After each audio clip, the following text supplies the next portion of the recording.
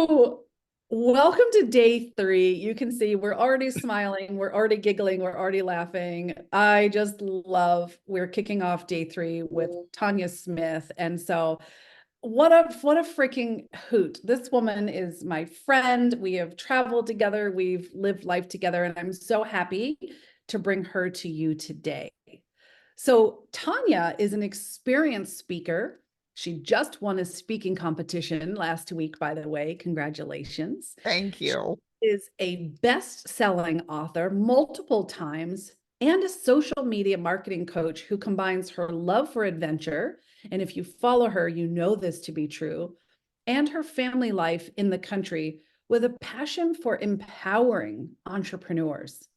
Leveraging proven digital strategies, she helps businesses enhance their visibility, boost engagement, and achieve brand confidence, ensuring that they enjoy both professional success and personal fulfillment. I love that. Who doesn't want that, Tonia? Kimmy, you make me sound so good. You are great. Are you kidding? So I want to dive in because you brought a lot of knowledge today about email marketing in particular. This is one of your proven digital marketing strategies. Mhm. And I love what you teach so much that I actually affiliate your email marketing workshops, and you have another one coming up here soon. So guys, make sure you lean in and listen to what Tonia has to share. This is kind of an extensive question, so I'm going to talk slow, okay? Thank you. I want you to share with us how integrating email marketing into the digital strategy has transformed visibility and engagement for you and your clients. Well, first let's address that the fact that email marketing is just one of those necessary parts of our businesses. A lot of times we think because we got some social media and we have conversations and we engage on social media that really email marketing isn't necessary. Then you got the other end of the spectrum where people say, well, email marketing is dead. And I'm going to say that email marketing is can do so many things for your business. One is it does increase that engagement. Once I started and encouraging my clients to engage, to start incorporating the email marketing into their business, you have just another way of connecting. So when your social media account, for example, the visibility one on social media isn't that great, and let's say your views are not as where you want them to be. However, the more you connect and start offering value and you get people over into your email list, you've got a place to engage. You've got a place to point back to your social media. You have a place to be able to, you are there waiting for them, or they're waiting, you're waiting. You're just there in their inbox. Let me put it that way. And the thing is, in social media, you create a post and it's gone. But when you create an email, it sits there until they open it. Now, what I love about it is even if they never open, I want you to think about if you're continuing to send emails, your name pops up.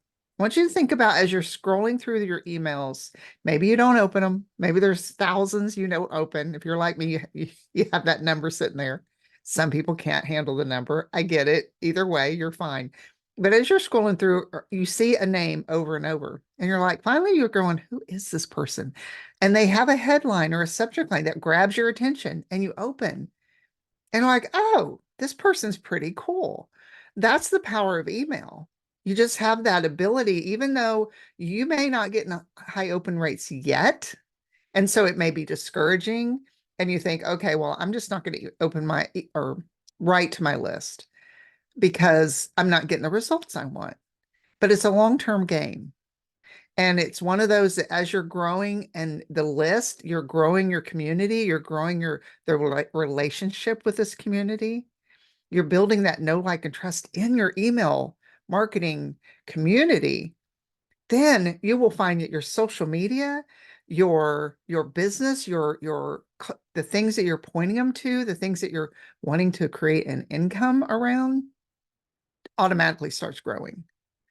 I hope that answered your question because It's I just went so on a good. tangent. No, I love it. And that's why I'm so glad you're here. I know a lot of people have questions about email. Like you said, there's myths that are like, oh, email marketing is dead.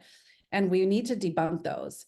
Um, and so I want to bring something to the table here because you've really truly done a great job blending your love for adventure, your love and your time with your family, with your professional life as well. And you don't try to compartmentalize those pieces of you, which I think a lot of people feel like, oh, if I'm going to email, I can't be that personal, adventurous family person. So I want you to touch on how do really those personal experiences enhance your approach to email marketing, whether for you, for your clients, for our listeners, so that you can have that business success and that personal fulfillment that you're talking about. Do we blend? Do we not blend? Did we blend? Did we not blend? There are, I will argue that no matter what kind of business you have. So as online marketers, we when you're in the social media realm and you're maybe in network marketing, you're coaching, or it's encouraged, right? Show up, show your personality if you're branding you, tell your story. That's kind of something that's pretty common. I'm going to argue that even if you have a brick and mortar business, and I mean, I will be, and a perfect example is a roofing company that's in our local community, and they come on their page and tell personal stories. Do you think they're going to be more relatable and people are going to connect with them at a deeper level? And when they need that roofer, they're going to go to them first. It's the same thing. And so what I love about living my life, and that's one thing when I came on social media, one of my core values is family, spending time with them, having fun, and I don't want to sacrifice that. Mm. However, it can be very easy, especially in the beginning, to get real wrapped up in that hamster wheel of having to constantly be on social media. And so what email marketing does is gives that opportunity. And as you're living your life, you share a story. A lot of times we have this perception that the email has to be more formal. In the day, it's got to be perfectly written. It has to be no spelling corrections. I mean, yeah, spelling errors rather. And so if you think about your email as another connection, like a branch of you, sharing with your audience, connecting with them at a deeper level, telling those stories. I mean, I know someone personally that had a subject line that was how I think I just had sex with a goat, right? Yeah, That's a this girl humdinger. right here. And the thing and the reason I bring that up is some people would read that if they didn't know her and she had not built a relationship in her email community. they might have gone they might have been either A, offended and xed out because they are not her people, or B, they would have maybe just opened it because what the heck, because that was an amazing subject line. But the point is she has developed this relationship with her community and they loved her for it. And that's what we want. And that is something that is very doable. And the beautiful thing is you just get to be yourself. You don't have I to be love that someone you're else. giving, yeah, you're giving our listeners permission, Mhm. right? So if you have built an email list or started an email list and been neglecting it, I really hope you're leaning into what Tonia is sharing and saying, hey, buddy, show yourself, be yourself. You don't have to compartmentalize those pieces of you. As a matter of fact, let's genuinely be a little as willing, transparent as you're willing to be to let people in so that the rapport is built. And I love that. Maybe again, you haven't started your email list yet and you're ready, you're leaning in, going, oh, I think I can do this. It's not as intimidating when you look through Tonia's approach. And I do want to know from your perspective, Tonia, whether they've started their list, whether they have not. What do you see as the common challenges that your clients are facing with email marketing? And better yet, how are you guiding them really to leverage this strategy for maximum impact, right? Because that's what we're looking for. We all have a solution and a prayer, right? We are someone's prayer answer. And when we don't show up, we rob them of that transformation. So Yes. what are those common pitfalls and those common challenges? Let's get this out of the way now. Well, I will tell you, I had someone when you were talking about not having or having a list and not writing to it, that can be a big barrier for one. And I had a client just the other day say, I have this list, but I haven't been writing to it and I want to start. What do I do? And you say, you just address the elephant in the room.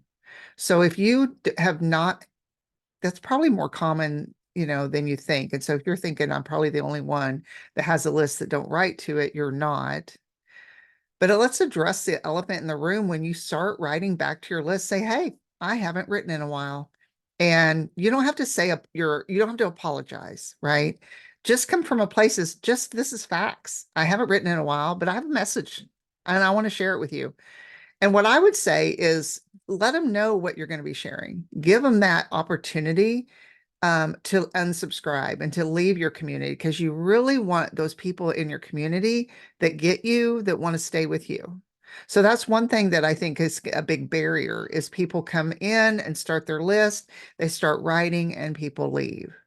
And there's a couple of things the reasons that happens, but it can be very disheartening.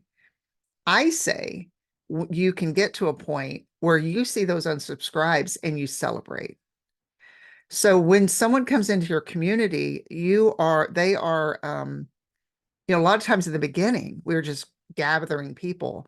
And what happens is a lot of the times those people are not our audience that we really want to connect with. So when someone unsubscribes, let them go and don't take it personally, because they either A, are not your people and they will hurt your algorithm, your email algorithm, by not opening. So you want them gone.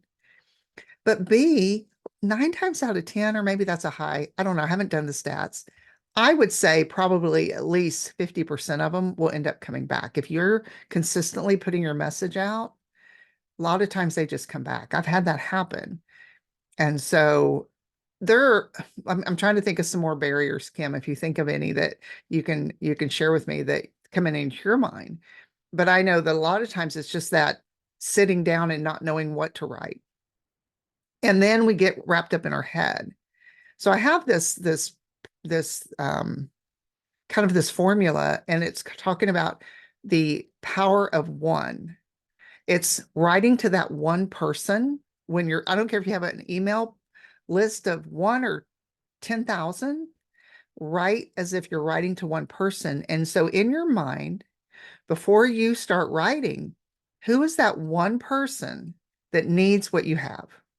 Who is that one person you're thinking, oh my gosh, Susie, I know she needs this.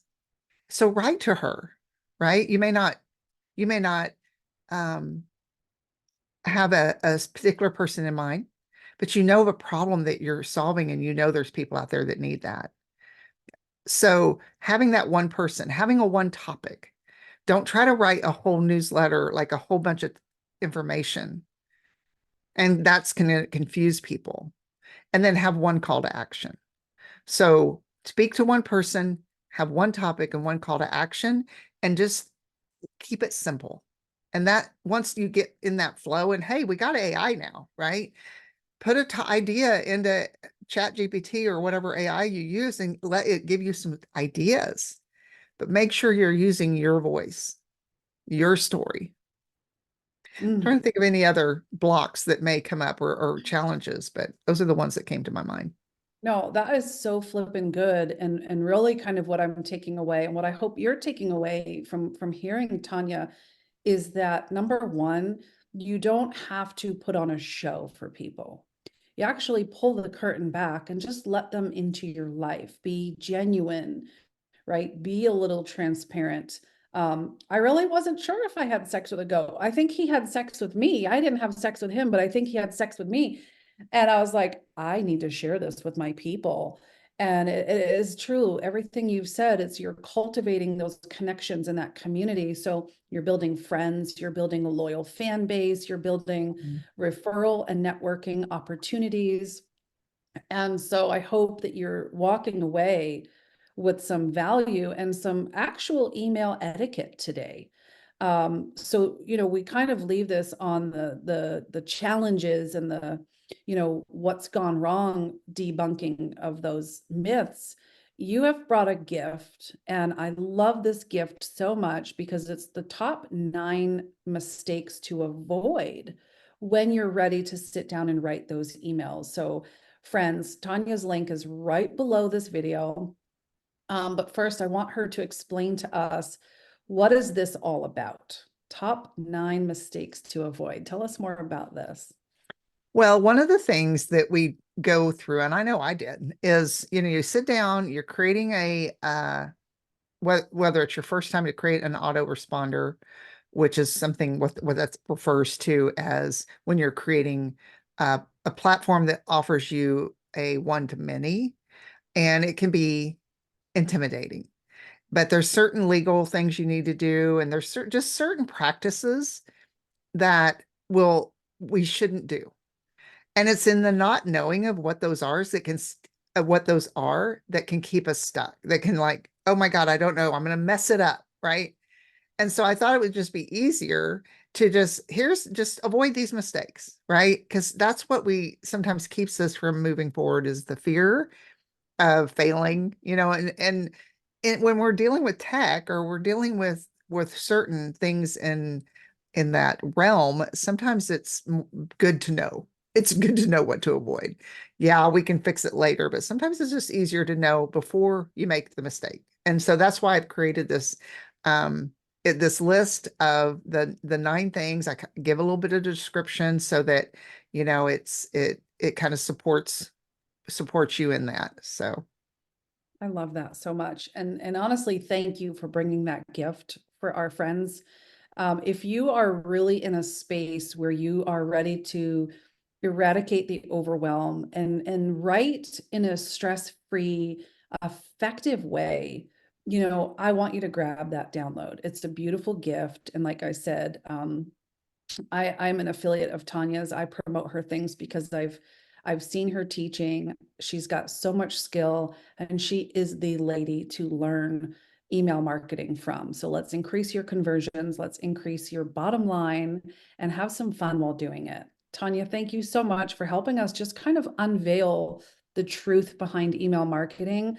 What you've done for us today is really kind of reduce that anxiety of having to perform, right? We do have performance anxiety, to letting us be ourselves and write in a way that's liberating.